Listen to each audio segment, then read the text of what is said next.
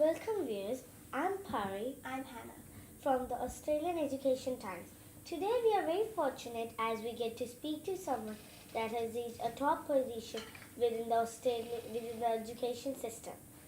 This man has risen from being a maths teacher in Perth all the way to being the CEO of the Australia Curriculum Assessment and Reporting Authority. Viewers, let's welcome Robert Randall and discover how he got to where he is today. Thanks, Perry. Thanks, Hannah. What was your favorite subject at school? I guess. Did you guess it? What did you? Maths. Oh, it was You maths. were maths Yeah, teacher. my favourite subject at school was maths. I think even from primary school and then into high school, it was mathematics. Yes. Me too. Yeah, it's a good subject. It's really important for everyone to learn mathematics. I think. Yeah, it's for selective, I think. Yeah, we need more people with good mathematics ability in this country. Can we count on you two? Sure. You're going to both be good at maths? Yeah. Very good. Do you have any study tips for our readers? Yeah, I think study, there's a couple of tips I'd be saying, and I wrote some notes down here, so every now and then, because I thought about this beforehand. One of my tips would be to plan, not leave things until the last minute. So if it's homework or if it's reading or anything, I'd be saying keep doing it regularly. Make study and make reading and everything a regular thing you should do. What was the driving force that led you towards a career in education? Well, I think year 11 class, and I was doing mathematics, and because my mathematics teachers were really good, I liked going to maths, I liked the teachers, and I thought, I like maths, these are nice people, maybe I should go out and teach mathematics. And so I decided then that's what I'd do. And so the driving force, I guess, because I figured I'd like to help other people enjoy mathematics just like me. And I think education, you guys would be surprised about this, wouldn't you? I think education is really important. Yeah. So that's what did it. My driving force was I liked the subject and I liked the teachers, and I figured I could maybe help. And it's very easy for you? It hasn't always been really easy. Sometimes when I've done more mathematics it's been hard. But I reckon that's okay though, because what do you do when you find things are hard? Try it, keep on trying it. Keep on trying. You have a go at them, you struggle with it a bit, and then when you get there, If you you feel try so much again better. and again, you will make it. You will. Yeah, well, that's a good tip. You began as a teacher and now you're the CEO of ACARA. Can you tell us about this journey?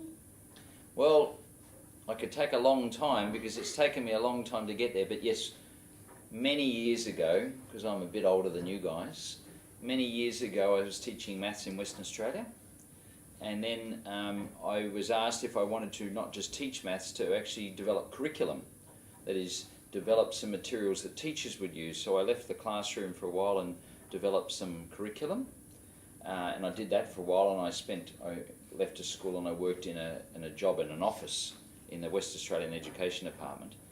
And then one stage, a friend of mine, who actually, a New South Wales friend, said there was a job going in New South Wales, would I like to shift to New South Wales? And I thought, gee, that could be a bit of an adventure.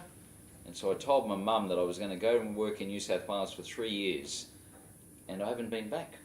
So ever since then I've worked in New South Wales, and I worked for the Board of Studies here in New South Wales, and they used to set the syllabuses and things that you guys are learning, that your teachers are using in your schools. And I worked there for a while, and then I worked at the Education Department. And then Professor Barry McGaw, who is the chair of our board, he's a really important and a great Australian man, he asked if I'd like to come and work on the national curriculum, and I thought that's a good idea, because that's doing all the things I like doing. And so I started working with ACARA. And then, along the way, they were looking for a new boss, and I decided I'd put my hand up, and I applied for the job, and they said yes, they'd like me to do it. So that's over. I started teaching when I was 22, and now I am 25 years older. No, 35 years older. There you go, do some maths there. I started when I was 22, 35 years ago. 57. That's right, I actually turned 57 last Friday. It was my birthday last Friday. Thank you. You were already acting in the role of CEO before your official appointment. Did this make the transition easier? Yes and no. It did make it easier because I was doing the job, so I was able to get in and do the job. But while you're acting in a job, and you know they're looking for someone, they're actually looking for someone to take that job all the time, every now and then you think, oh, well, should I do that, or should I leave it for the person who's going to get the job to come in? Should I leave some of those things for them? Or do you just get on and do it? What would you do? Would you just leave it for the person coming in, or would you just get on and do the job? If you had other jobs? Yeah, if you were acting. If you were just looking after the job for a while, because that's what acting is. Acting is just looking after it until they appoint someone into it. So if you were just acting in a job, do you think you'd leave some things for the person to do? Would you do that? Yeah, I think that's what so I found it a yes and a no. It was good to have a go at it, and it meant, yes, I really do want this job, and it helps me, but other times it was a bit hard, because I thought, which things shall I make decisions about? Anyway. What steps have you taken to make health and physical education part of the development process? Well, when we first started this, they said we want a curriculum for everyone in Australia in English, in mathematics, in science and in history. So that's what we started with. But then people said, but what about all the other important areas of the curriculum? What are some of the other important areas of the curriculum, do you think? What did you just say? So English, mathematics, science, history. Chemistry? No. That's in science. Oh, yeah. What other areas are important in the curriculum? Oh, does reading even include English? Readings in Oh, English. yeah, Health and physical education. And the arts? Do you guys do arts? Yes. So the arts. Like drama. And technologies, computers. Do you do computers? Yeah. And so we started with 4, but then people said, well, we actually want other areas of the curriculum as well. And health and physical education was one of them, and I think it's a pretty important area as well. So they said, now that you've done those 4, can you do others? What major changes have you made since becoming the CEO? You know, the major change I think I've made here, with some help from some of the people in this room actually, is to do more communication things about what we do. We think there's a lot of people, mums and dads and teachers, who don't know a lot about what we do. And because about the Australian education system, so we think one of the changes I did was to get more people focused on communication, and a couple of these guys here, that's their job, is to actually get the communication stuff. So actually even yesterday we did some stuff in the newspapers. There was stuff in the newspapers on TV. I actually had to do some television yesterday. We had some television cameras in here interviewing me, just like you guys are, and it was on. I got to see myself on TV last night. So one of the major changes I made was to improve our communication, and so we're now doing, people are working more with the newspapers, they're working more with the television, but we're also using the internet more. But all those things, so we use Facebook. We've actually got a Facebook account, so when you do turn 15, you can come on and look at our Facebook account. Yeah, it has education things, right? It does. And we do Twitter, and we do, what else do? We do Gmail? LinkedIn. Oh, we've got email. Yeah, we've got emails. We've got too many emails sometimes. Instagram. We've got Instagram. So you could actually, do you have to be 15 to have you got Instagram? Maybe. I'm not sure if I'm going to get one. But you at your school, you could probably look at it. So we've got Instagram as well. So one of the people over there does all that. Do you guys do Instagram, or is it Vicky that does Instagram? Vicky does all the Instagram stuff. So I thought when I became CEO, I thought we were doing a pretty good job. All the people were working very hard and doing a really good job. But I thought the thing we needed to do more of was tell more people about the good job that we were doing. And so that's what we have been doing. Being the CEO sounds like a lot of work. How do you like to unwind after a long day? 2 things I like doing when I go home is one is... Sorry? Play with the son and my son and daughter, that's right. So I'm home with my son and daughter and having a chat to them about what they've learnt during the day. Sometimes they tell me, I say to them, what did you learn today? And they say, nothing. That can't be true. So talking with Will and Matilda, yes, I like going home and talking with them about and helping them with their homework. And making sure they're not leaving their homework to the last minute. Remember what I said earlier on? Yeah. So that's really important. And the other thing I like doing is cooking. So I go home and cook sometimes, cook dinner. At what stage of their education do you think children and young adults need to have an idea of what career they want to be in. After finishing university.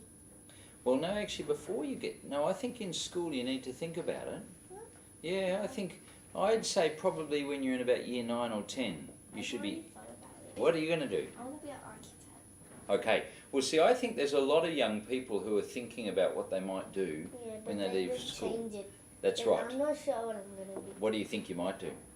I don't know yet. Okay. Well, see, you don't have... And that's okay. You don't have to think about it. But when you started thinking about university, you might want to think about it. So you'll start making plans for university when you're in year 11 and 12, or maybe in year 9 and 10 when you select your subjects for year 11 and 12. If you're going to be an architect, you'd probably say, I'd agree with you, doing some art's a good idea, and maybe doing some design and technology and some maths. So my answer to your question would be maybe in about year 9 and 10.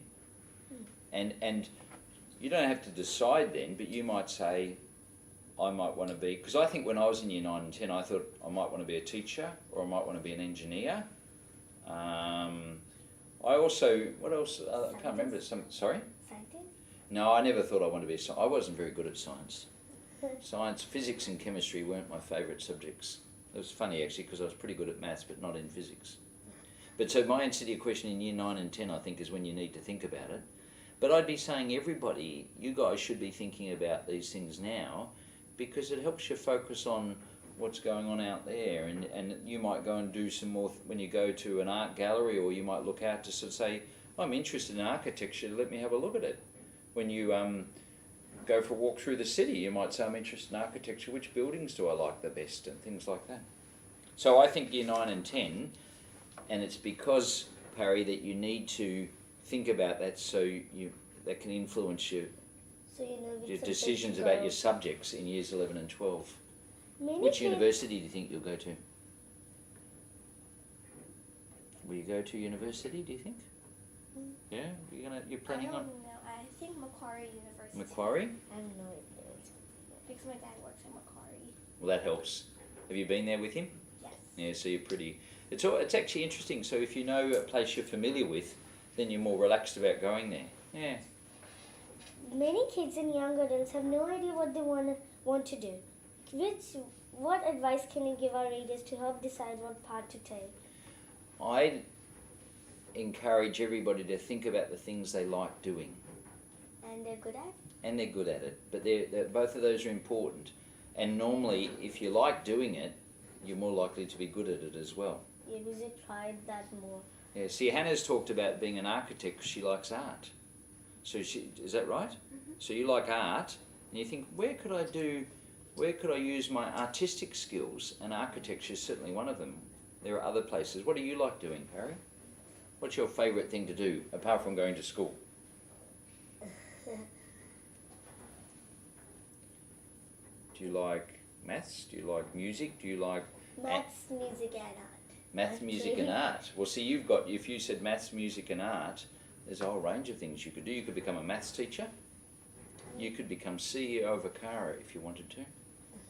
Yeah? I like doing maths, music and art, and drama.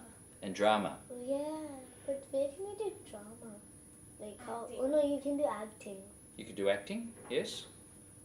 So my eldest daughter, because I've actually got 4 children, I was only talking about 2 youngest one. My eldest daughter did drama, and she liked art. She's got a lot of art books and stuff, but she also liked maths. She's actually in the Navy now, actually. So it's interesting where that took her. She wanted to fly helicopters, and she went to the Navy, and she couldn't fly helicopters, but then she's now an engineer in the Navy. So that's interesting, but she liked art, and she liked maths, and she liked acting, but she ended up did in the none of- Navy. Yeah, she did none of them. She didn't win. Like none of those jobs which includes No. that. But you know what she does? She still draws. Ah. So she's got little art books, and so I see sometimes when I go and visit her, or if she's been out at work, she comes back and she's been drawing things and things like that. So she keeps doing the things she'd like to do. But my answer to your question, I'd say to all of your readers, think about the things you like doing, and then practice those, and because they become the things you're good at. And if you're thinking about what you want to do, is think about those 2 things, as you said, Parry. things you like doing, the things you're good at doing them, and that, I reckon, would probably guide you into some decisions about what you might do after school. How about that? You got any other questions? No, but No? thank you, Robert, for giving us all an insight into your life journey. It's helped me already, and I'm sure all our readers would agree. That's very kind, Hannah. Thank you very much. It's nice to meet both of you. Thank you. And thank you for coming in and doing this. This has been fun. Yes. Yeah?